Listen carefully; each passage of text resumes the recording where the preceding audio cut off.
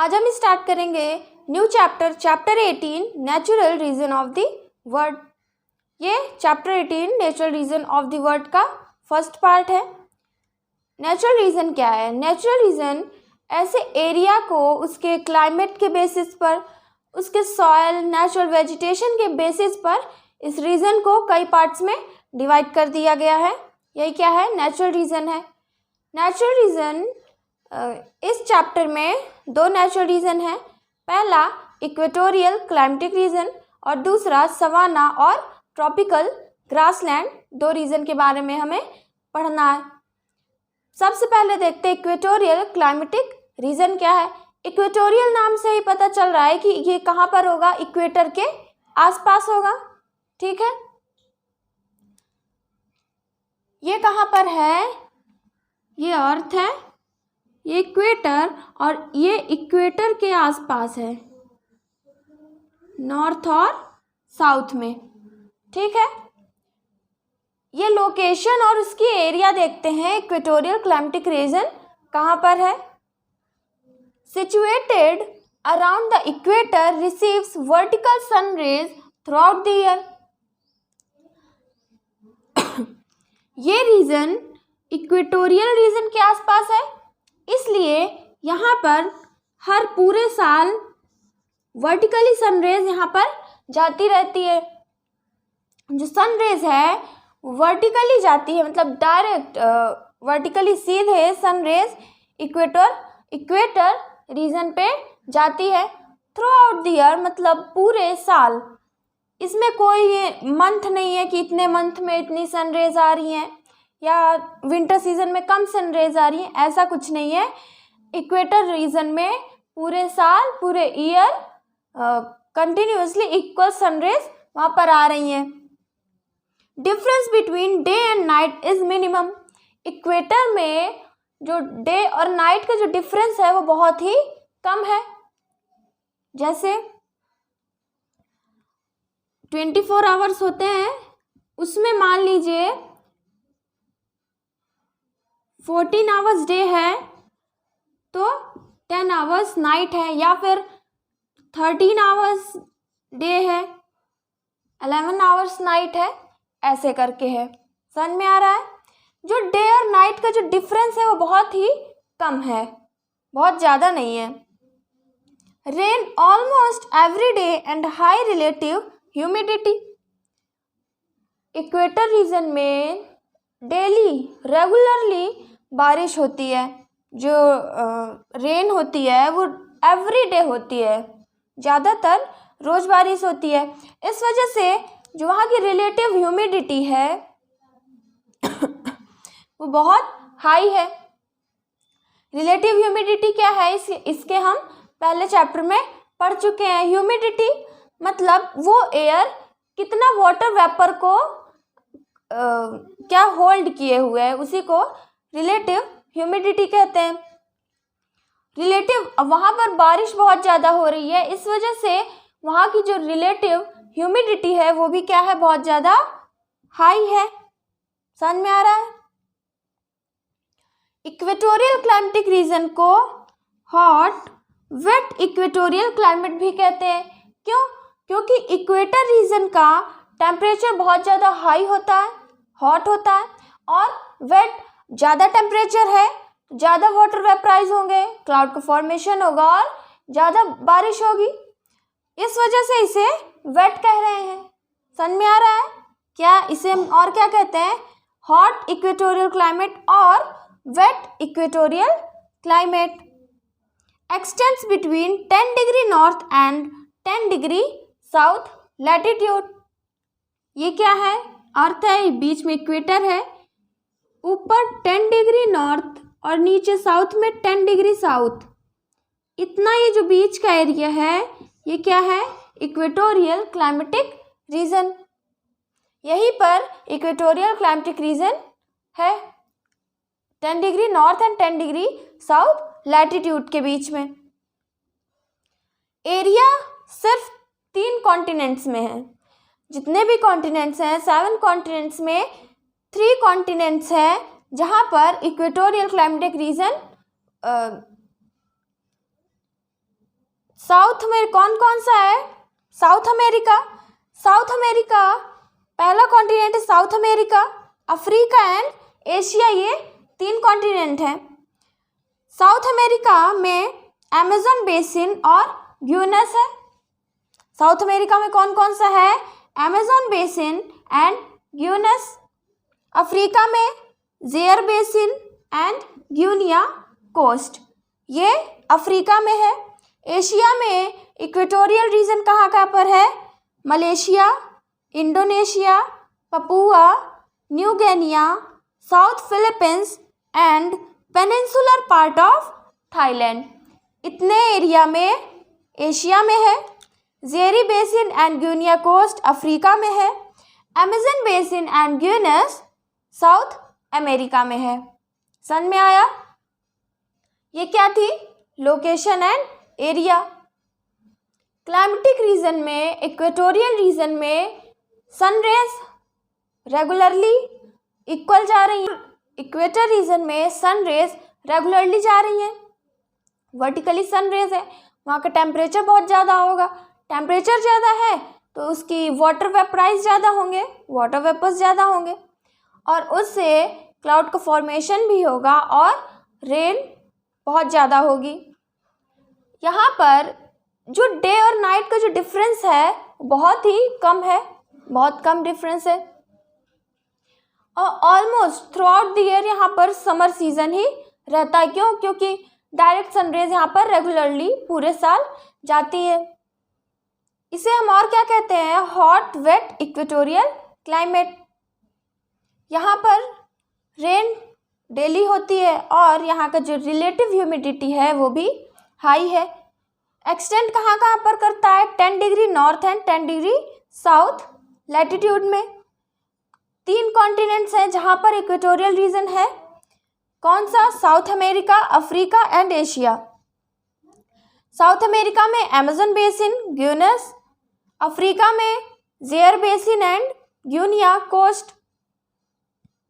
Asia में है Malaysia, Indonesia, Papua New Guinea, South Philippines and peninsular part of Thailand. Peninsular part of Thailand मतलब जो Thailand का area है, जितना पार्ट थाईलैंड का तीनों साइड वाटर बॉडीज से घिरी हुई है। समझ में आ रहा है? अब हम देखते हैं इक्वेटोरियल रीजन का वहाँ का क्लाइमेट कैसा है। इक्वेटोरियल रीजन का वहाँ का क्लाइमेट कैसा है? पहला तो है high temperature and heavy rainfall. उस रीजन का बहुत ज़्यादा टेम्परेचर हाई होता है और रेनफॉल भी बहुत ज़्यादा होती है, हैवी रेनफॉल होती है। Temperature ranges between 25 degree celsius to 30 degree celsius. जो वहाँ का रेगुलर टेम्परेचर है वो 25 डिग्री सेल्सियस से 30 डिग्री सेल्सियस तक उसके बीच में रहता है। Relative humidity is 80%। हम पढ़े अभी हम बताए हैं कि रिलेटिव ह्यूमिडिटी इस रीजन में बहुत ज़्यादा है। कितनी है? 80% है रिलेटिव ह्यूमिडिटी। मतलब वाटर वेपर में एयर में वाटर वेपर्स 80% प्रेजेंट है वहाँ पर। Annual range about 2 degree Celsius and daily range about 8 degree Celsius. Annual range क्या है? एनुअल रेंज जैसे जो सबसे हॉटेस्ट मंथ होगा, जो हॉटेस्ट मंथ है उसका टेम्परेचर जितना होगा और जो वहाँ का कोल्डेस्ट मंथ होगा, मतलब जिस मंथ का टेम्परेचर सबसे ज़्यादा होगा और जिस मंथ का टेम्परेचर सबसे कम होगा। कितना टेम्परेचर? और ज़्यादा टेम्परेचर उस मंथ के ज़्यादा टेम्परेचर और एक मंथ है जिसमें सबसे कम टेम्परेचर है, पूरे जितने भी मंथ हैं पूरे साल में, उनका कितना डिफरेंस है? सिर्फ 2 डिग्री सेल्सियस का डिफरेंस है। जैसे जून में मान लीजिए वहाँ का टेम्परेचर 30 डिग्री सेल्सियस है, ठीक है, और नवंबर में 28 डिग्री सेल्सियस है। सबसे कम टेम्परेचर कितना? 28 और सबसे ज़्यादा टेम्परेचर कितना गया है? 38 डिग्री सेल्सियस। इन दोनों का डिफरेंस कितना है? 2 डिग्री सेल्सियस। यही क्या है? एनुअल रेंज, मतलब एनुअली कितना टेम्परेचर का डिफरेंस है। Daily range about 8 degree Celsius. Daily range मतलब एक दिन में, मतलब मान लीजिए 1 बजे उसका टेम्परेचर है 30 डिग्री, 1 बजे 30 डिग्री सेल्सियस है। और अगर हम सुबह देखें या फिर रात के 2 बजे देखते हैं, तो वहाँ का टेम्परेचर कितना होगा? 22 डिग्री सेल्सियस। एक एग्जाम्पल के लिए समझा रहे हैं, सबसे ज़्यादा टेम्परेचर कितना गया है? 30 डिग्री सेल्सियस एक दिन में, और सबसे कम कितना गया है? 22 डिग्री सेल्सियस। डिफरेंस कितना हुआ? 8 डिग्री सेल्सियस। तो वहाँ का जो डेली टेम्परेचर है, जो डेली रेंज है, वो कितनी है? 8 डिग्री सेल्सियस। एक दिन में कितना टेम्परेचर का डिफरेंस हो रहा है, सबसे ज़्यादा हॉटेस्ट और सबसे ज़्यादा कोल्डेस्ट टेम्परेचर में। समझ में आ रहा? Rainfall occurs regularly between 2 to 4 PM। वहाँ पर रोज़ बारिश होती है और उसमें जो टाइम है वो 2 बजे से 4 बजे के बीच में होती है। दोपहर में, शाम में 2 बजे से 4 बजे के बीच में रेनफॉल होती है और रेगुलरली होती है। Annual rainfall between 200 to 350 centimetre. जो वहाँ की एनुअल रेनफॉल है, पूरे साल में कितनी बारिश हुई है? 200 से 350 सेंटीमीटर के बीच में वहाँ पर रेनफॉल हुई है। Maximum rainfall in April and October November. वहाँ पर सबसे ज़्यादा बारिश कब होती है? अप्रैल मंथ में और अक्टूबर नवंबर मंथ में होती है। ये वहाँ का क्लाइमेट है, कहाँ का? इक्वेटोरियल रीजन का। क्या है क्लाइमेट? पहला तो हाई टेम्परेचर, हैवी रेनफॉल। दूसरा, वहाँ का जो टेम्परेचर है वो 25 डिग्री सेल्सियस से 30 डिग्री सेल्सियस के बीच में है। रिलेटिव ह्यूमिडिटी कितनी है? 80% है। एनुअल रेंज कितना है? 2 degree Celsius and daily range about 8 degree Celsius. Rainfall regularly हो रही है, कब हो रही है? 2 to 4 PM, 2 से 4 बजे के बीच में रेनफॉल होती है रेगुलरली। एनुअल रेनफॉल कितनी है? 200 से 350 सेंटीमीटर के बीच में एनुअल रेनफॉल होती है। मैक्सिमम रेनफॉल किस मंथ में सबसे ज़्यादा रेनफॉल होती है? अप्रैल में और अक्टूबर नवंबर मंथ में। यहाँ तक समझ में आया? अब हम इक्वेटोरियल रीजन के नेचुरल वेजिटेशन के बारे में पढ़ते हैं। इक्वेटोरियल रीजन का वहाँ का नेचुरल वेजिटेशन कैसा है? इसके टेम्परेचर की वजह से, काफ़ी ज़्यादा ह्यूमिडिटी की वजह से, हैवी रेनफॉल और हाई टेम्परेचर की वजह से इक्वेटोरियल रीजन को हम ट्रॉपिकल रेन फॉरेस्ट भी कहते हैं। जो इक्वेटोरियल रीजन है उसे हम ट्रॉपिकल रेन फॉरेस्ट भी कहते हैं। Rain forest of Amazon basin called selves.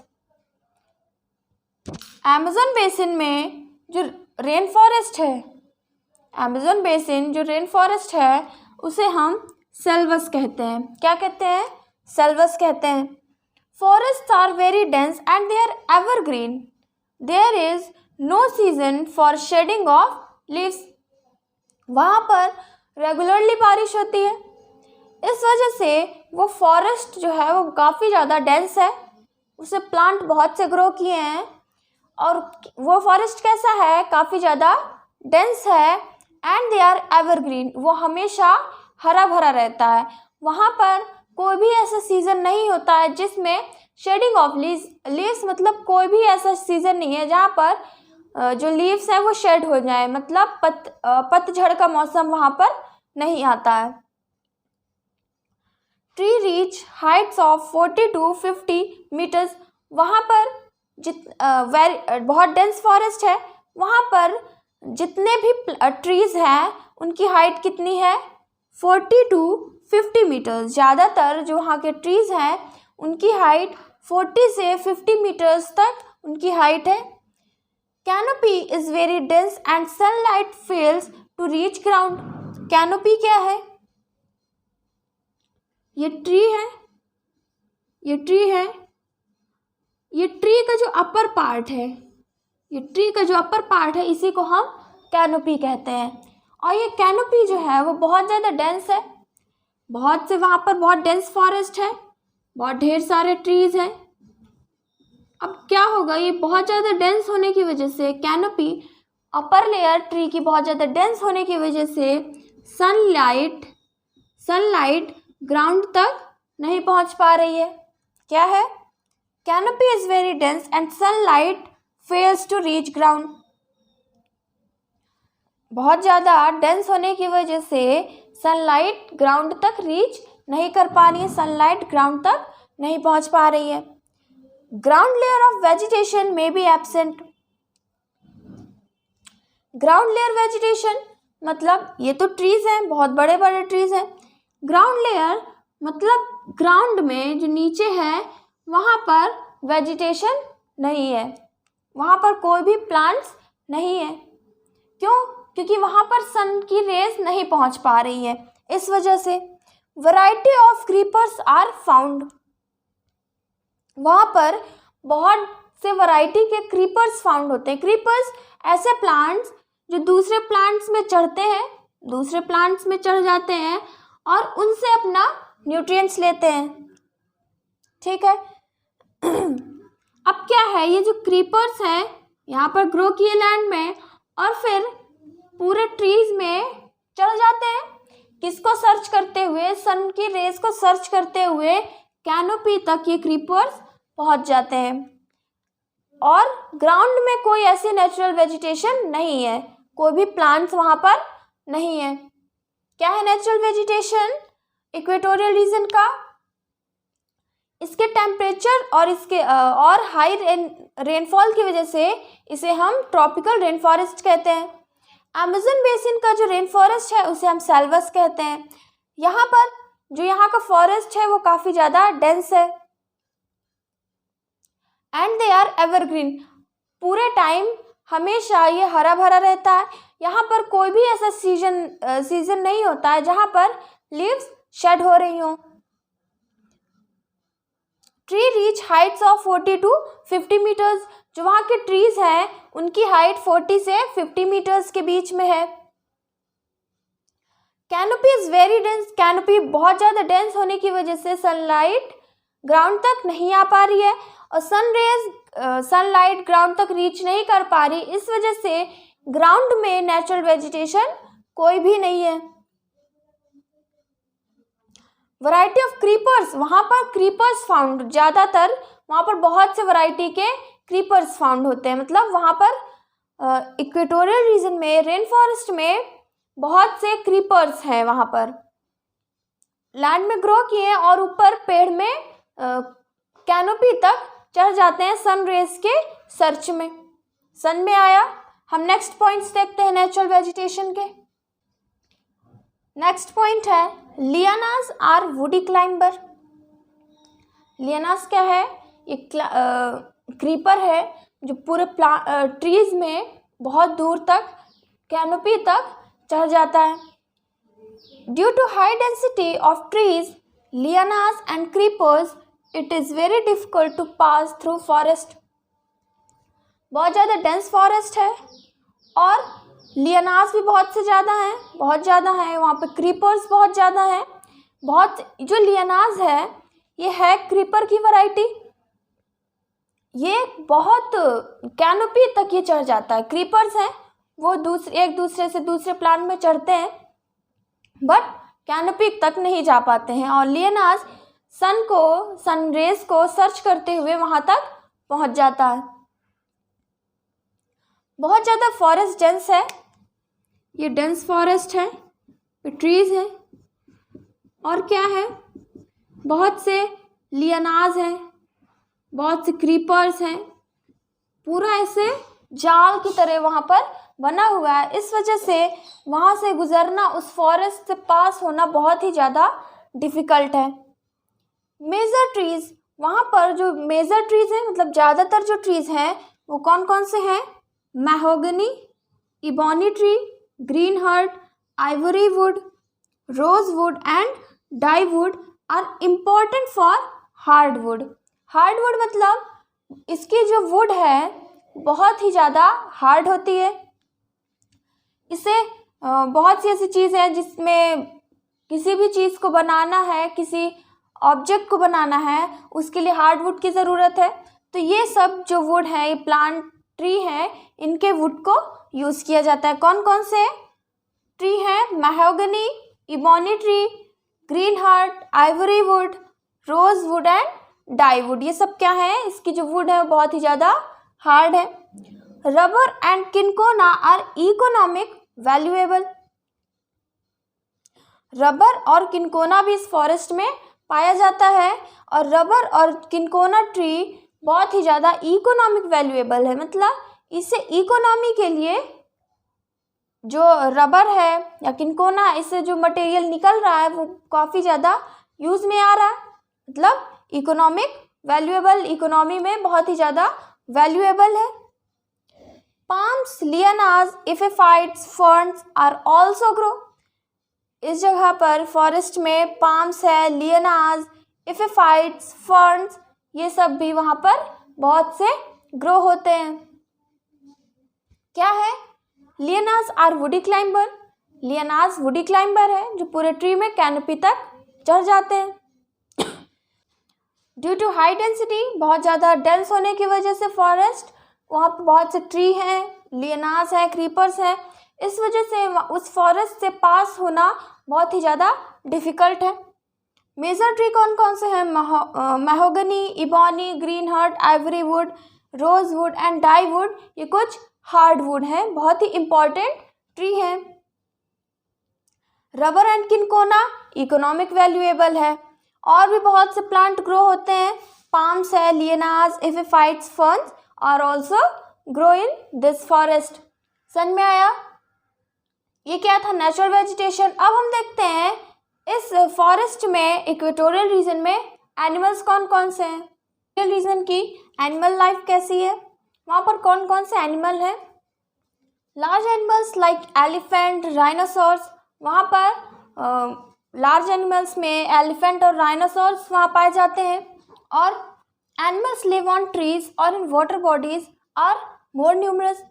वहाँ पर जो लैंड में एनिमल्स रहते हैं उससे ज़्यादा, बहुत से ज़्यादा वहाँ पर एनिमल्स पाए जाते हैं जो एनिमल्स ट्री में रहते हैं और वाटर बॉडीज़ में रहते हैं।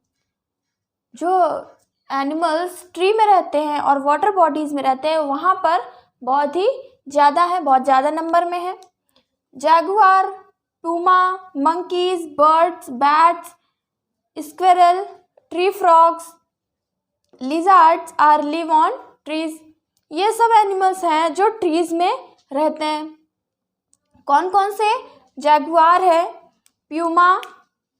Jaguar, puma, monkeys, birds, bats, squirrel, tree frogs, lizards और भी बहुत से एनिमल्स हैं जो ट्रीज में रहते हैं।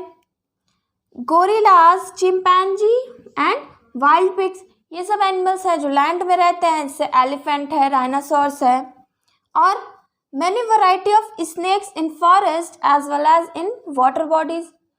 उस फॉरेस्ट में और वहाँ पे जो वाटर बॉडीज़ है, रिवर है, वहाँ पर बहुत से वैरायटी के स्नेक्स फाउंड होते हैं, मतलब पाए जाते हैं।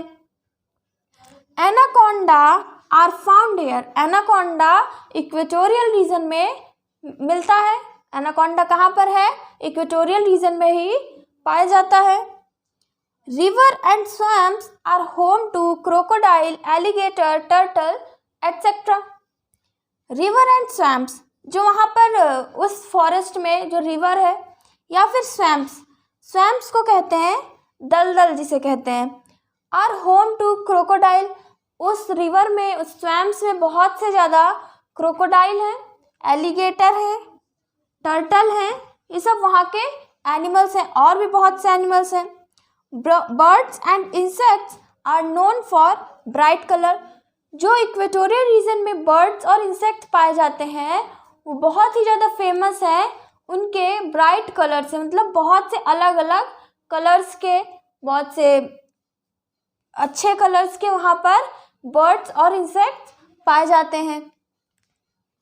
एनिमल्स कौन कौन से पाए जाते हैं? एलिफेंट है, rhinoceros, chimpanzee, gorillas, wild pigs, सब वहाँ के एनिमल्स हैं जो लैंड में हैं। ट्रीज के एनिमल्स हैं jaguar, puma, monkeys, birds, bats, squirrel, lizard, tree frogs, ये सब ट्री में रहते हैं। एनाकोंडा भी यहीं पर पाया जाता है। और जो रिवर में एनिमल्स हैं वो कौन से हैं? क्रोकोडाइल, एलिगेटर, टर्टल, ये सब इस फॉरेस्ट में पाया जाता है। और ये किस बर्ड्स और insect are known for their bright colour, अपने ब्राइट कलर से ये बर्ड और इंसेक्ट्स यहाँ पर फेमस है। और क्या है, इस फॉरेस्ट में और यहाँ की जो वाटर बॉडीज है, यहाँ पर बहुत से वैरायटी के स्नेक्स पाए जाते हैं। समझ में आ रहा है? ये क्या थी? Animals life. अब हम देखते हैं इक्वेटर रीजन का ह्यूमन अडेप्टेशन कैसा है। इक्वेटोरियल रीजन का ह्यूमन अडेप्टेशन कैसा है, वहाँ पर लोग कैसे रहते हैं? पहले तो वेरी स्पार्सली पॉपुलेटेड, वो रीजन बहुत ही ज़्यादा स्पार्सली पॉपुलेटेड है, मतलब वहाँ पे पॉपुलेशन बहुत ही कम है, बहुत ज़्यादा पॉपुलेशन नहीं है। Difficult to construct transportation facilities, वहाँ पर ट्रांसपोर्टेशन फैसिलिटीज़ को कंस्ट्रक्ट करने के लिए बहुत सी ज़्यादा डिफ़िकल्टीज़ हैं। ट्रांसपोर्टेशन कंस्ट्रक्ट मतलब रोड वगैरह ये सब बनने में वहाँ पर बहुत ही ज़्यादा डिफ़िकल्टी है। People practice shifting cultivation and primitive hunting. People practice shifting cultivation मतलब वहीं पर जो ग्रेन्स हैं उनसे अपना फूड लेना, एंड प्रिमिटिव हंटिंग हंट करना, एनिमल्स हैं बर्ड्स को हंट करके उसको फूड बनाना, वही सब क्या है। वहाँ पर लोग क्या करते हैं, कोई फ्रूट्स है उसको ग्रो कर रहे हैं, उसी को ईट कर रहे हैं, और हंट कर रहे हैं किसी एनिमल्स को, बर्ड्स को, ये सब हंट करके अपना फूड बना रहे हैं। People cleared vast areas of forest to grow bananas. वहाँ के जो लोग हैं वो बहुत से एरिया को क्या कर रहे हैं, क्लियर कर रहे हैं, जिससे वो बनाना और मेज को ग्रो कर सके। ठीक है। In parts of Java, Malaysia, Sumatra, Central America and West Africa. Java, Malaysia, Sumatra, Central America and West Africa में प्लांटेशन एग्रीकल्चर को ज़्यादा प्रमोट किया गया है। प्लांटेशन एग्रीकल्चर जैसे ये है cocoa, rubber, banana, pineapple, sugar cane, coffee, tea are grown on large scale, मतलब प्लांटेशन ज़्यादा की जा रही है, उन्हें उसको ज़्यादा प्रमोट किया जा रहा है। ये कुछ एरिया हैं जहाँ पर प्लांटेशन एग्रीकल्चर को ज़्यादा प्रमोट किया गया है। समझ में आ रहा है? वहाँ की पॉपुलेशन क्या है, काफ़ी कम डेंस है, पॉपुलेशन ज़्यादा नहीं है। वहाँ पे ट्रांसपोर्ट फैसिलिटीज़ को बनाने में, कंस्ट्रक्ट करने के लिए बहुत सी ज़्यादा डिफ़िकल्टीज़ हैं। और वहाँ के जो पीपल हैं वो शिफ्टिंग कल्टीवेशन कर रहे हैं।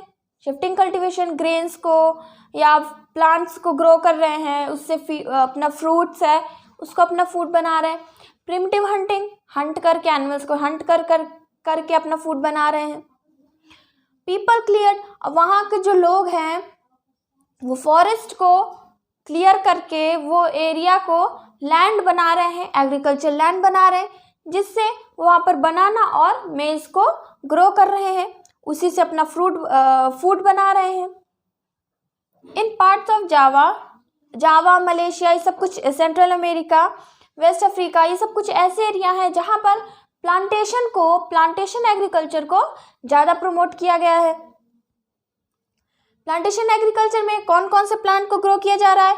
Cocoa, rubber, banana, pineapple, sugar cane, coffee, tea, ये सब बहुत लार्ज स्केल में वहाँ पर ग्रो किया जा रहा है। इससे इकोनॉमी भी हो रही है इन सब चीज़ों से, और अपना भी फूड बना रहे हैं, दूसरी जगह एक्सपोर्ट भी कर रहे हैं। कुछ ट्राइब्स हैं जैसे पिग्मी ऑफ कॉन्गो की जो ट्राइब है वो पिग्मी है। अमेज़न बेसिन की ट्राइब कौन सी है? बोरो। मलाया की ट्राइब है साकाई। मलेशिया की ट्राइब है सेमंग एंड न्यू गिनी की ट्राइब है पेपुआन। ये कुछ इम्पॉर्टेंट ट्राइब्स हैं। Most of the tribes are nomadic and food gathering. बहुत से ट्राइब्स हैं जो नोमैडिक हैं, मतलब माइग्रेट करते रहते हैं एक जगह से दूसरी जगह पर, सीजन पीरियोडिकली ये मूव करते रहते हैं। बहुत से ऐसे ट्राइब्स हैं। एंड फूड गैदरिंग मतलब अपने फूड को ज़्यादातर हंट करके और फिशिंग के थ्रू ये अपना फूड गैदर करते हैं, फूड बनाते हैं। और pygmies of Congo live in small group. जो कॉन्गो की ट्राइब है पिग्मी, ये एक स्मॉल ग्रुप में रहते हैं। They wear little clothes. बहुत इक्वेटोरियल रीजन के जितने भी ट्राइब्स हैं ज़्यादातर लिटिल क्लोथ्स वियर करते हैं, बहुत कम क्लोथ्स को वियर करते हैं। क्यों? क्योंकि वहाँ का जो क्लाइमेट, जो वहाँ का टेम्परेचर है बहुत ज़्यादा हाई है। वहाँ का सीज़न जो है क्लाइमेट बहुत ही ज़्यादा हॉट है इस वजह से।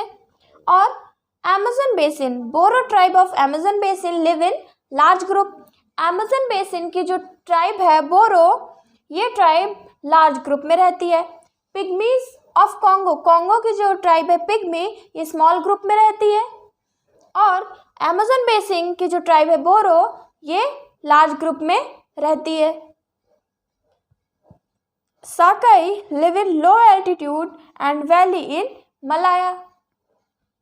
साकाई ये लो एल्टीट्यूड मतलब काफ़ी लो एल्टीट्यूड में रहते हैं, काफ़ी नीचे रहते हैं। और वैली इन मलाया में जो वैली है वहाँ पर साकाई रहते हैं। ये क्या है? ह्यूमन एडेप्टेशन है। कुछ इम्पॉर्टेंट ट्राइब्स हैं, जैसे कॉन्गो की ट्राइब है पिग्मी, अमेज़न बेसिन की ट्राइब है बोरो, और साकाई कहाँ की है? मलाया की सेमंग ऑफ मलेशिया, ये मलेशिया की है। पेपुआन ट्राइब है न्यू गिनी की। ये कुछ इम्पॉर्टेंट ट्राइब्स हैं। ये ट्राइब्स नोमैडिक हैं, मतलब माइग्रेट करते रहते हैं पीरियोडिकली, फूड गैदरिंग, अपना फूड हंट करके या फिर फिशिंग करके अपना फूड बनाते हैं। पिग्मीज ऑफ कॉन्गो स्मॉल ग्रुप में रहते हैं, बहुत ही कम वियर करते हैं क्लोथ्स को, काफ़ी लिटिल क्लोथ्स, बहुत कम क्लोथ्स वियर करते हैं। बोरो ट्राइब अमेज़न बेसिन की लार्ज ग्रुप में रहती है। साकाई कहाँ पर रहती है? साकाई कहाँ की ट्राइब है? मलाया की। ये कहाँ पर रहती है? मलाया के वैली में या फिर लो एल्टीट्यूड, मतलब काफ़ी नीचे रहती है। समझ में आ गया? ये क्या था? Human adaptation. ये लोग अपना फूड कैसे बनाते हैं?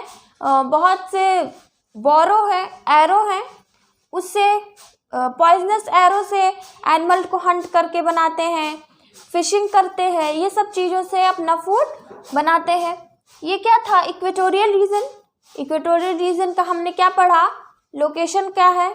लोकेशन, एरिया, वहाँ का क्लाइमेट कैसा है, टेम्परेचर कैसा है, रेनफॉल कितनी हो रही है, और वहाँ का नेचुरल वेजिटेशन कैसा है, कौन कौन से प्लांट्स हैं, वहाँ की एनिमल लाइफ, वहाँ पे कौन कौन से एनिमल्स हैं, और क्या है लास्ट ह्यूमन एडेप्टेशन, वहाँ के ह्यूमन कैसे रहते हैं वहाँ पर। ये क्या था? इक्वेटोरियल रीजन का। हम नेक्स्ट लेक्चर में पढ़ेंगे सवाना का, ट्रॉपिकल ग्रासलैंड का लोकेशन, एरिया, क्लाइमेट, ये सब हम नेक्स्ट लेक्चर में पढ़ेंगे। Thank you for watching this lecture।